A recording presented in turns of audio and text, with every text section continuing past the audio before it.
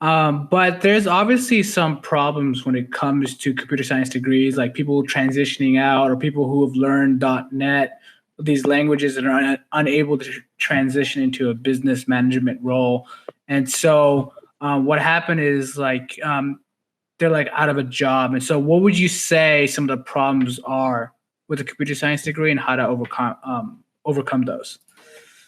I definitely say the problem with the computer science degree is people get boggled down, and the kind of the point I want to make is a lot of people do computer science degrees and they just want to sit in front of a computer and that's all they want to do. They don't want to have any human interactions.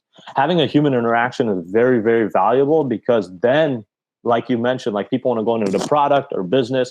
If you want to do that, you need to be a people person. You need to understand how people work.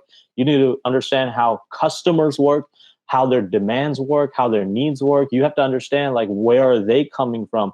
And the only way you're going to empathize with these kinds of people to understand where they're coming from is if you kind of go out of the shell.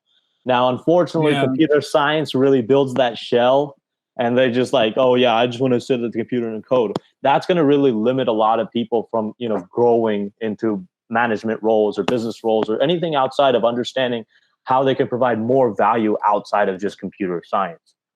Yeah, and I'm saying like when the industry changes and stuff like that, some people have a hard time transitioning out, and that's where they fall behind. That's where they get fired, and that's where you see these people with computer science backgrounds who are 40, 50 years old, but they're still having a hard time looking for jobs.